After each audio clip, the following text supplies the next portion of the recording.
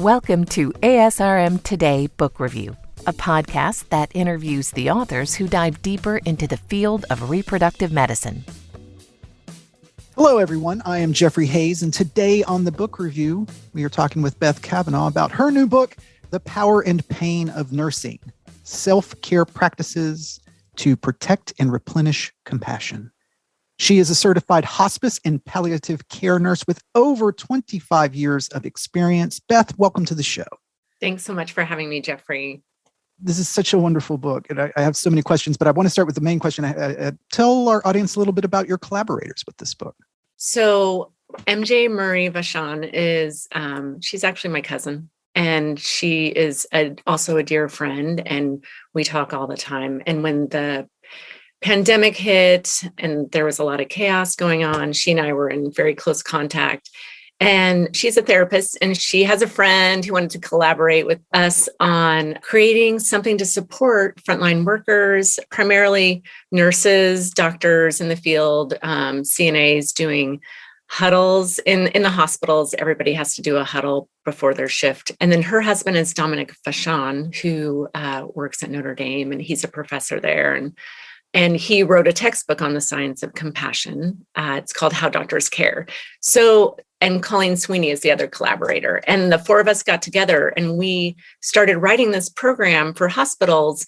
And it didn't really go anywhere. It took us a couple months to write it. Nothing really happened to it. But I just felt like the knowledge was gold, and I kind of wanted to run with it. So they are my collaborators on this book because it stemmed from that process. And, most of the compassion science that is in there is from Dominic Vachon's book.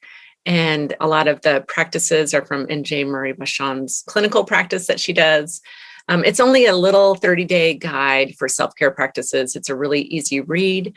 But I just wanted to, not start the conversation. The conversation is definitely happening out there in terms of having compassion in healthcare.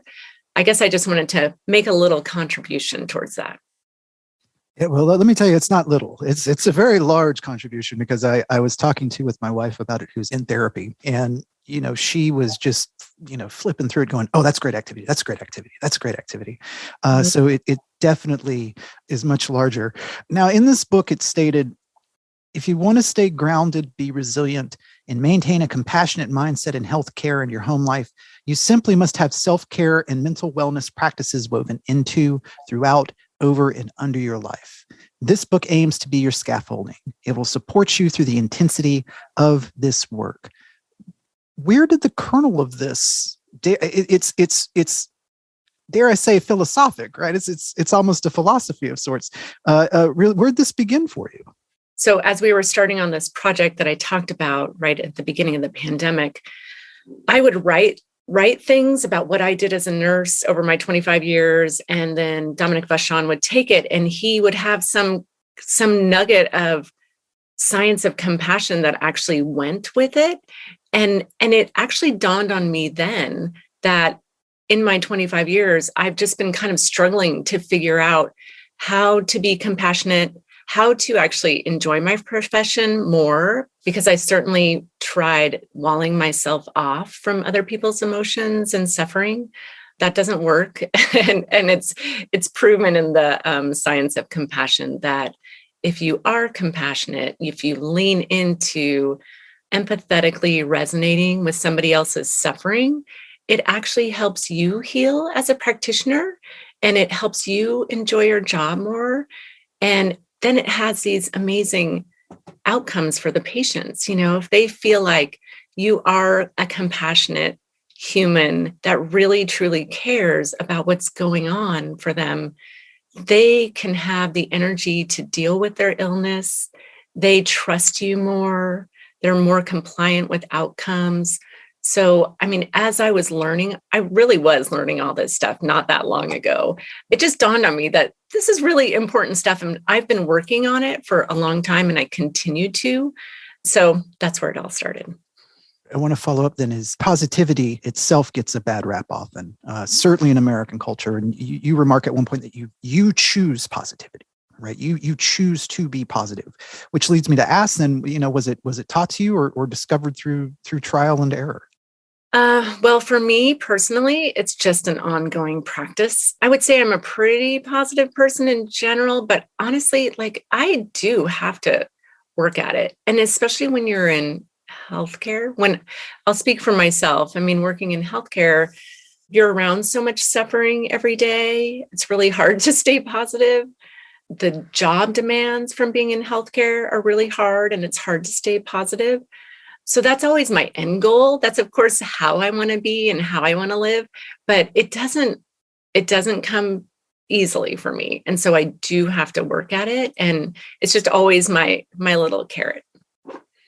There's a very touching moment early where you mentioned about you had a patient that was basically dying, on you, and you saw them through it, and then you broke down, and you then composed yourself. But why is there such a stigma about that? Do you think I mean, it's the stigma between, compassion and professionalism, almost. Why can't they be more interwoven? That is such a good question. I mean, I think that I learned as a nurse to kind of hold it together all the time, but I didn't necessarily have the practices to truly understand what it takes to hold it together.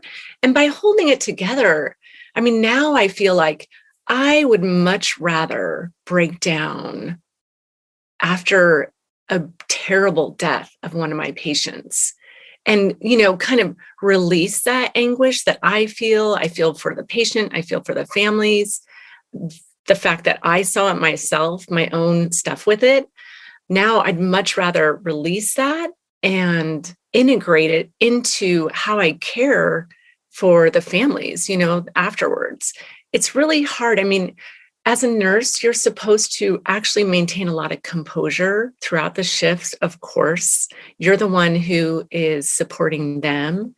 So most people don't want a nurse that's breaking down on them. It's really kind of scary if you're in a position where your dad is dying and the nurse is crying right next to you. I mean, you're like, you don't want to tend to them. So, I think that's generally why. So when I say I would like to feel this way and feel this sadness, I think you have to kind of find a way to do it that's not going to be disruptive to the patients and the families, which generally means you have to do it before or after your shift. I do think it needs to be more integrated in our profession, the fact that we are humans and that we are equally suffering, and we're suffering with the patients. But so much of compassion practices allow you to build your composure as you are experiencing this. And also just knowing that suffering is part of our human experience, right? I mean, people die, cancer continues to rage on, there's a pandemic that keeps going. So suffering is part of our human existence, and to be able to kind of breathe and know that that's part of it. I mean, I guess that's why self-care practices are just so important, because it's heavy stuff. And I think if you kind of wall yourself off from all of this, for me anyway, I feel like I'm a better nurse when I'm a little more engaged emotionally. By the way, I tried the breathing exercise, and I admit it was indeed very relaxing. Okay. I love the idea of ponder, palpate, and percuss. Not just because I'm a fan of alliteration, but what led you to think about, this obvious, although often ignored part of the body for stress relief, like the hands and the rubbing. And was there a specific moment that led to this and others in the book, these kind of aha moments? So you're talking about where we're just appreciating our hands, right? Yes. Yeah. And you talk a lot about the just lotion, just rub it, just sort of, I know our viewers, I know my listeners can't see us right now, but we're sitting here just kind of, it's wringing my hands. Yeah. I think that, nurses, anybody in healthcare is really a healer, whether they realize it or not. The janitors that are there, the CNAs that are there, the physicians that are there, the respiratory therapists. I mean, everybody's there has this we are in this healing environment, and that is part of our job. We all bring this with us. And our hands are such a really important part of healing in terms of, when you think about the procedures that are being done, the wound care, the catheter insertions, the IVs, the suctioning, all that stuff. So, and then just, helping people with their bodily functions and touching them throughout the day. I just feel like our hands are a really important part of what we do. I think I put that in there, that just the power of appreciating your hands, because I'd done this practice where you focus on your own death. And as you are thinking about dying, you're thinking about your body leaving, and you are appreciating. Part of this exercise is to appreciate your hair, your eyes, your mouth, and your throat, your voice. Just kind of go step by step through each one, and it's a really moving exercise to so tenderly just appreciate these hands that we just take for granted every day. So that's why I put it in there. It felt like it was profound for me. So. Well, you mentioned too that you have no problem, or that during your experiencing of all these things and trying to get them down, that you've wondered about all religions, and I was just curious about, how does that help? Like, how does that help you?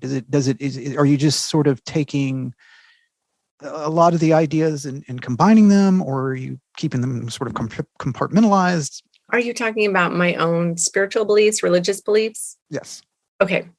Well, in Dr. Vachon's book, How Doctors Care, he has this massive chapter on philosophy of care or spirituality of care. And that just really resonated with me, because I was born and raised a Catholic, and I don't practice in the Catholic Church now, but it was an important part of, my life. And for me, I really feel like being a nurse, there's so much sacredness and holiness that we get to experience. I mean, you're with people in the darkest of times, the most joyous of times.